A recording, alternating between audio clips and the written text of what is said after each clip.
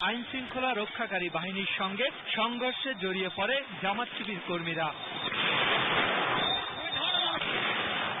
জামাত শিবিরের কয়েকশো নেতাকর্মী লাঠি নিয়ে মিছিল বের করলে আইন শৃঙ্খলা রক্ষাকারী বাহিনীর সঙ্গে সংঘর্ষে জড়িয়ে পড়ায় মুহূর্তেই রণক্ষেত্রে পরিণত হয় গোটা এলাকা। মিছিল থেকে পুলিশকে লক্ষ্য করে ইট পাটকেল ছুড়লে পুলিশও পাল্টা গুলি ও টিয়ার সেল নিক্ষেপ করে। সে সময় শিবির কর্মীরা বেশ কয়েকটি মোটরসাইকেল ও প্রাইভেট কারে আগুন লাগিয়ে ব্যাপক ভাঙচুর চালায়। এ সময় কয়েকজনকে আটক করে পুলিশ।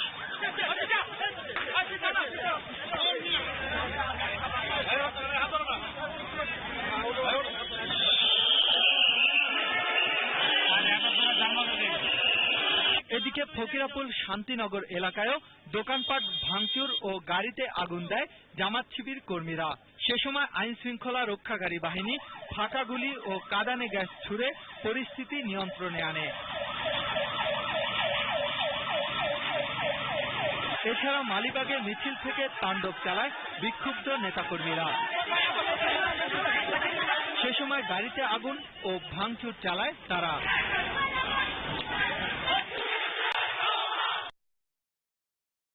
পরে এই সংঘর্ষ পল্টন, খিলগাঁও ও রামপুরা এলাকায় ছড়িয়ে পড়ে। এ সময় সাধারণ মানুষ আতঙ্কে দিক বিদিক ছুটাছুটি করে। আমি মাত্র ছেলেটাকে নিয়ে গেটের দিকে ঢুকছি, এমন সময় বোমাবাজিতে একদম পুরো অন্ধকার হয়ে গেছে। কতক্ষণ পরে শুনি যে আমার গাড়িটা গিয়ে আগুন জ্বালিয়ে ফেলছে। আমার এই ক্ষতিটা তো এটা তো আমার জন্য যে বিরাট একটা বার্ডেন, এটা আমি কিভাবে এটা অপূরণীয় ক্ষতি। এদিকে ঘটনাস্থল পরিদর্শন করেন ঢাকা মহানগর পুলিশের অতিরিক্ত পুলিশ কমিশনার। পরে সার্বিক পরিস্থিতি নিয়ে কথা বলেন মতিঝিল বিভাগের উপ পুলিশ কমিশনার।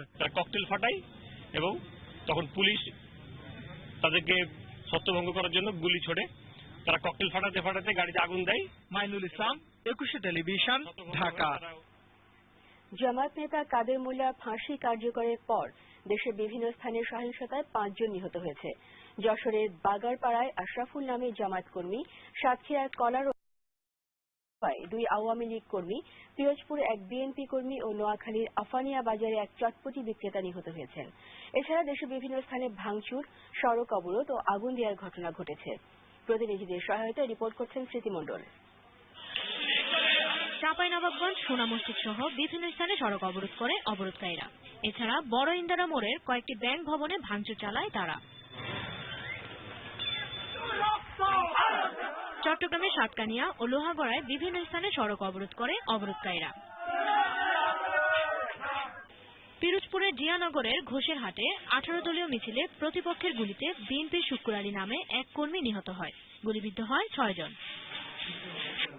নোয়াখালীর বেগমগঞ্জের আফানিয়া বাজারে আইন শৃঙ্খলা রক্ষাকারী বাহিনীর সঙ্গে সড়ক অবরোধকারীদের সংঘর্ষের সময় খোরশেদ আলম নামে এক চটপটি বিক্রেতা গুলিবিদ্ধ হয়ে মারা যান।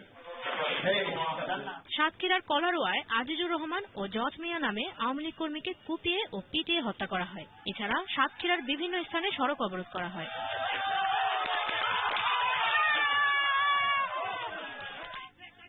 পাবনা ঢাকা মহাসড়কের বিভিন্ন স্থানে মিছিল ও সড়ক অবরোধ করে যানবাহন ভাঙচুর ও আগুন দেয় অবরোধকারীরা। সিরাজগঞ্জের বেলকুচি ও উল্লাপাড়ায় বিএনপি নেতার সিনেমা হল সহ আওয়ামী লীগ নেতাকর্মীর অন্তত 30টি ঘরবাড়ি, দোকানপাটে হামলা, লুটপাট এবং আগুন দেওয়ার ঘটনা ঘটে। এছাড়া বিভিন্ন যানবাহন ভাঙচুর ও আগুন দিয়েছে দুর্বৃত্তরা। ঝিনাইদহের কোটচাঁদপুরে সড়ক অবরোধ ও যানবাহনে আগুন দেওয়া হয়। এছাড়া সামন্তা গ্রামে আওয়ামী লীগ নেতার বাড়ি ও দোকানপাট ভাঙচুর করা হয়, দেওয়া হয় আগুন। দিনাজপুর জেলা বাস মালিক সমিতির সভাপতির বাড়ি ও ব্যবসা প্রতিষ্ঠানে আগুন দেওয়া হয়। যানবাহনে আগুন ও ভাঙচুর করা হয়। অবরোধ করা হয় দিনাজপুর চিরির বন্দর সড়ক। নারায়ণগঞ্জের ফতুল্লায় 4টি গাড়িতে আগুন দেওয়া হয়। সে সময় জাকির হোসেন নামে এক পুলিশ কর্মকর্তাকে কুপিয়ে জখম করে দুর্বৃত্তরা। কুমিল্লা নগরীর টমসন ব্রিজ এলাকায় ট্রাফিক পুলিশ বক্সে আগুন দেয় দুর্বৃত্তরা। রংপুরের মিঠাপুকুরে রংপুর ঢাকা মহাসড়ক অবরোধ করে অবরোধকারীরা। পীরগাছার হালদারপাড় এলাকায় একটি অ্যাম্বুলেন্স ও একটি মোটরসাইকেলে আগুন দেওয়া হয়। এদিকে বগুড়ার সঙ্গে সারা দেশের সড়ক যোগাযোগ বিচ্ছিন্ন রয়েছে। শাহজাহানপুরে 2টি মোটরসাইকেলে আগুন দেওয়া হয়। জয়পুরহাট সদর ও পাঁচবিবি এলাকায় আওয়ামী লীগ নেতাকর্মীদের বাড়ি ও ব্যবসা প্রতিষ্ঠানে হামলা ও আগুন দেয় দুর্বৃত্তরা। গাজীপুরের জয়দেবপুর ট্রেন স্টেশনে পেট্রোল বোমা নিক্ষেপ করে সহকারী স্টেশন মাস্টারের কক্ষ পুড়িয়ে দেয় দুর্বৃত্তরা। ঠাকুরগাঁও দিনাজপুর ঢাকা মহাসড়ক অবরোধ করে অবরোধকারীরা। পঞ্চগড় জগদল আওয়ামী লীগ কার্যালয়ে আগুন ও লক্ষ্মীপুরে বিভিন্ন স্থানে সড়ক অবরোধ করে দুর্বৃত্তরা। Next report, 21 television. বাংলাদেশের বর্তমান অবস্থা স্পর্শকাতর বলে মন্তব্য করেছে মার্কিন যুক্তরাষ্ট্র। সে সঙ্গে সব রাজনৈতিক দলগুলোকে সহিংসতা এড়িয়ে শান্তিপূর্ণভাবে মতামত প্রকাশেরও আহ্বান জানিয়েছে দেশটি। বৃহস্পতিবার মার্কিন পররাষ্ট্র দপ্তরের নিয়মিত সংবাদ সম্মেলনে উপমুখপাত্র ম্যারি হার্ফ এসব কথা বলেন। সে সময় কাদের মোল্লার ফাঁসির বিষয়ে হার্ফ বলেন, যুক্তরাষ্ট্র তার ফাঁসির বিষয়ে অবহিত রয়েছে। এছাড়া দীর্ঘদিন ধরে যুক্তরাষ্ট্র বাংলাদেশ সরকারের কাছে যুদ্ধাপরাধীদের বিচার প্রক্রিয়া স্বচ্ছ ও আন্তর্জাতিক মান সম্পন্ন করার তাগিদ দিয়ে আসছে বলেও জানান তিনি। পাশাপাশি সহিংসতা প্রতিরোধ এবং সহিংসতা থেকে দূরে থাকতে রাজনৈতিক দলগুলো এবং তাদের সমর্থকদেরও আহ্বান জানানো হয় সংবাদ সম্মেলনে।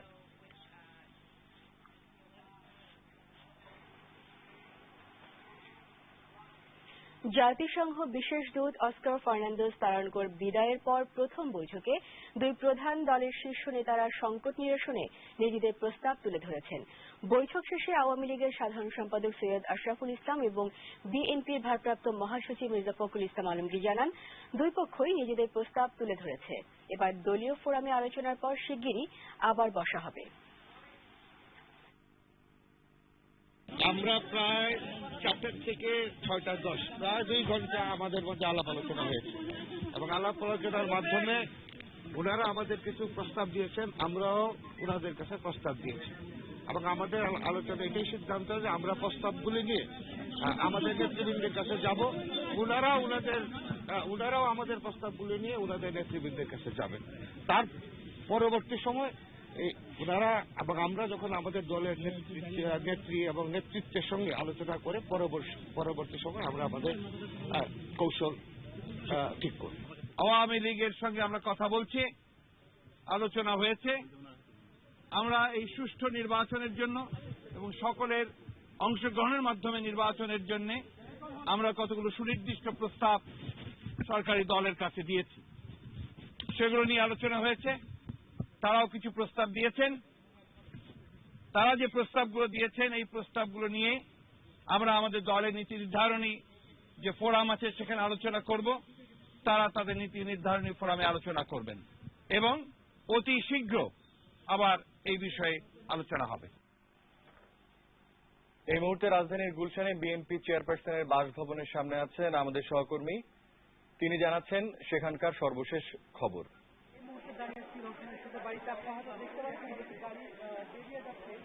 গাড়িতে করে এসেছিলেন আওয়ামী লীগের দুই শীর্ষ নেতা ডক্টর তোফায়েল আহমেদ এবং তোফায়েল আহমেদ, তারা এখান থেকে রওশন এরশাদের বাড়িতে এসেছিলেন। এখন থেকে ঠিক 20 মিনিট আগে তারা কথা বলেছেন রওশন এরশাদ সহ জাতীয় পার্টির শীর্ষ নেতাদের সাথে। আর এই বাড়িতে বৈঠক হচ্ছে রওশন এরশাদের নেতৃত্বে জাতীয় পার্টির কয়েকজন শীর্ষ নেতাও সেখানে আছেন, জিয়াউদ্দিন বাবলু, মুজিবুল হক, চুন্নু, আনিসুল ইসলাম মাহমুদ সহ। আর একটু আগে ফিরোজ রশিদ বের হয়ে গেছেন, তিনি আমাদেরকে জানিয়েছেন যে ডক্টর তোফায়েল আহমেদ এবং ডক্টর গহরিজ যে বাসায় কেন এসেছিলেন আমরা জানতে চেয়েছিলাম। তো তিনি বলেছেন যে সৌজন্য দেখা করতে এই বাসায় এসছেন। তবে আমরা এইটুকু বলতে পারি যে নির্বাচনকালীন যে সংকট চলছে এই সংকটের সমাধান হিসেবেই হয়তো তারা এই বাসায় এসেছিলেন। এবং দর্শক, আপনারা হয়তো জানেন যে বিএনপি এবং আওয়ামী লীগের শীর্ষ পর্যায়ের 4 জন নেতাকে নিয়ে ইউএনডিপির কার্যালয়ে আজ বিকেল 5টায় একটি বৈঠক অনুষ্ঠিত হয়েছে। সেখান থেকেই মূলত এই দুজন নেতা ডক্টর গওহর রিজভী এবং তোফায়েল আহমেদ এসেছিলেন এই বাসায় রওশন এরশাদের বাসায় বৈঠক করার জন্য। তবে কি বিষয় নিয়ে আলোচনা হয়েছে তোফায়েল আহমেদ এবং গওহর রিজভী একটু আগে বেড়ে গেলেও আমরা তাদের সাথে কথা বলার চেষ্টা করেছি, তারা আমাদের স্পষ্ট করে কিছু জানাননি যে আসলে কি বিষয়, যে কোন বিষয় নিয়ে কথা হয়েছে। তবে জাতীয় পার্টির পক্ষ থেকে একটি ব্রিফিং করার কথা আছে, রওশন এরশাদের পক্ষ থেকে ব্রিফিং করার কথা আছে যে তারা মহাজোট সরকারের অধীনে নির্বাচন করবেন কি করবেন না, এই বিষয়ে একটা ব্রিফিং করবেন। কিন্তু আমাদেরকে বিকালে একটি সংবাদ সম্মেলনে মহাসচিব জানিয়েছিলেন যে তারা এরশাদের সিদ্ধান্তে অটল আছেন এবং তারা নির্বাচনে যাচ্ছে না যদি না বিএনপি নির্বাচনে আসে। তো দর্শক, বৈঠকটি হয়তো কিছুক্ষণের মধ্যে শেষ হবে। বৈঠক শেষ হওয়ার পরে আমরা আপনাদেরকে জানিয়ে দিতে পারবো যে আসলে বৈঠকের সিদ্ধান্তটি কি হয়েছে বা কি নিয়ে তাদের মধ্যে আলোচনা হয়েছে। দর্শক, রওশন এরশাদের বাসার সামনে থেকে আমাদের রিপোর্টার হাসান মিসবা জানাচ্ছিলেন সেখানকার আলোচনার বিষয়গুলো। এই মুহূর্তে রাজধানী গুলশানে বিএনপি চেয়ারপারসনের বাসভবনের সামনে আছেন আমাদের সহকর্মী জসিম জুয়েল। তিনি জানাচ্ছেন সেখান থেকে সবশেষ খবর।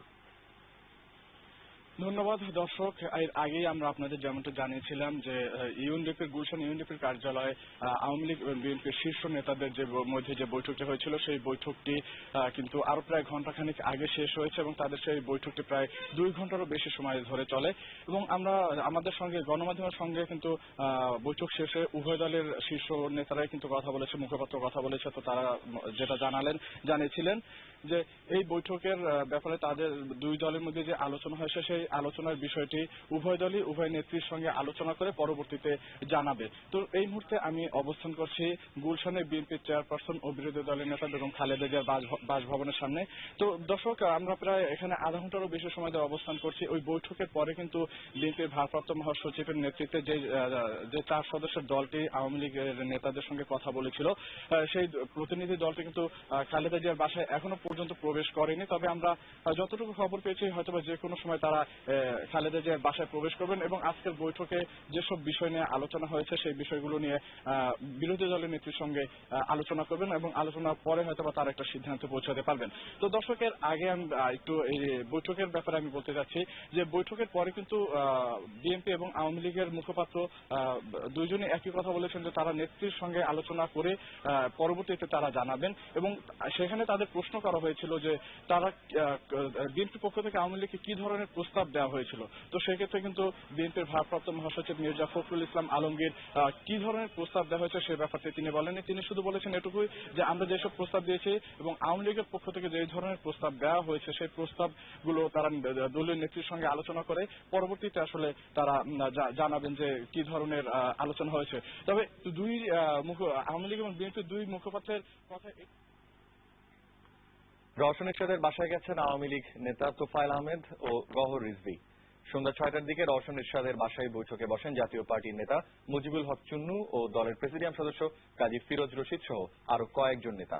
সেখানে যান আওয়ামী লীগের উপদেষ্টা মণ্ডলীর সদস্য তোফায়েল আহমেদ ও প্রধানমন্ত্রীর উপদেষ্টা গওহর রিজভী।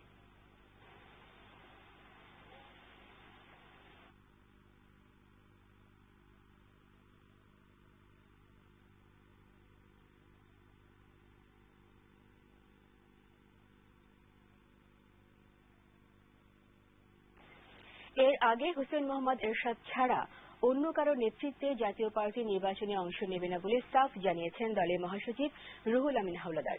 সন্ধ্যায় জাতীয় পার্টি বনানী কার্যালয়ের সংবাদ সম্মেলনে তিনি একথা জানান। এর আগে দুপুরে আরেকটি সংবাদ সম্মেলনে জাতীয় পার্টি প্রেসিডিয়াম সদস্য জিএম কাদের বলেন, নির্বাচনে অংশ না নেওয়ার সিদ্ধান্তে অনড় রয়েছে তার দল। আর বিকল্প কোন নেতৃত্ব তার জীবিত অবস্থায় খুঁজে পাবো এই প্রত্যাশা আমরা কেউ করি না। কোন বিভ্রান্তিতে আপনারা কান দেবেন না। জাতীয় পার্টির চেয়ারম্যান হোসেন মোহাম্মদ এরশাদ তিনি আছেন, তিনি থাকবেন। বিকল্প কোন চেয়ারম্যান এই পার্টিতে আমরা জীবিত থাকবো। নির্বাচনে আমরা সবসময় যাব, কিন্তু এই বর্তমান যে শিডিউলে যে নির্বাচন যেটাকে প্রত্যাহারের জন্য আমাদের পার্টির চেয়ারম্যান আলহাজ হোসেন মোহাম্মদ এরশাদ যে সিদ্ধান্ত দিয়েছেন, নির্দেশ দিয়েছেন, সেটি এখনো বহাল আছে এবং উনি এটাকে অনড় আছেন। ওনার নির্দেশ যারা অমান্য করে কিছু করবেন সেটা বিধিগত মোতাবেক, গঠনতন্ত্রের মোতাবেক ব্যবস্থা নেওয়া হবে। 10ম জাতীয় সংসদ নির্বাচনে আওয়ামী লীগ 242, জাসদ 4, ওয়ার্কার্স পার্টি 4 ও তরিকত ফেডারেশনকে 2টি আসনে নৌকা প্রতীক বরাদ্দ দিতে নির্বাচন কমিশনকে চিঠি দিয়েছে আওয়ামী লীগ। এদিকে মনোনয়ন প্রত্যাহারের শেষ দিনেও রওশন এরশাদ সহ জাতীয় পার্টির অনেক নেতাকর্মীরা মনোনয়ন প্রত্যাহার করেননি। যে কোনো জাতীয় নির্বাচনের তুলনায় এবারের নির্বাচনে ব্যাপক সংখ্যক একক প্রার্থী নির্বাচিত হতে যাচ্ছে। এদিকে প্রধান নির্বাচন কমিশনার বলেছেন, নির্বাচনে রাজনৈতিক সমঝোতার বিষয়টি কঠিন হয়ে পড়ছে। রিপোর্ট করছেন ফাল্গুনী দত্ত। বৃহস্পতিবার বিকেলে আওয়ামী লীগের পক্ষ থেকে দলীয় সভানেত্রী প্রধানমন্ত্রী শেখ হাসিনার স্বাক্ষর করা চিঠি নির্বাচন কমিশনে পৌঁছে দেওয়া হয়। চিঠিতে দলের এবং জোটের প্রার্থীদের জন্য নৌকা প্রতীক বরাদ্দ দেওয়ার অনুরোধ করা হয় ইসিকে। 300 আসনের মধ্যে 242টি আওয়ামী লীগ, 10টি জোটের এবং বাকি 48টি আসন সম্পর্কে কোনো তথ্য দেওয়া হয়নি। এদিকে ঢাকা মহানগরীর 15টি আসনে মনোনয়নপত্র প্রত্যাহারের শেষ দিনে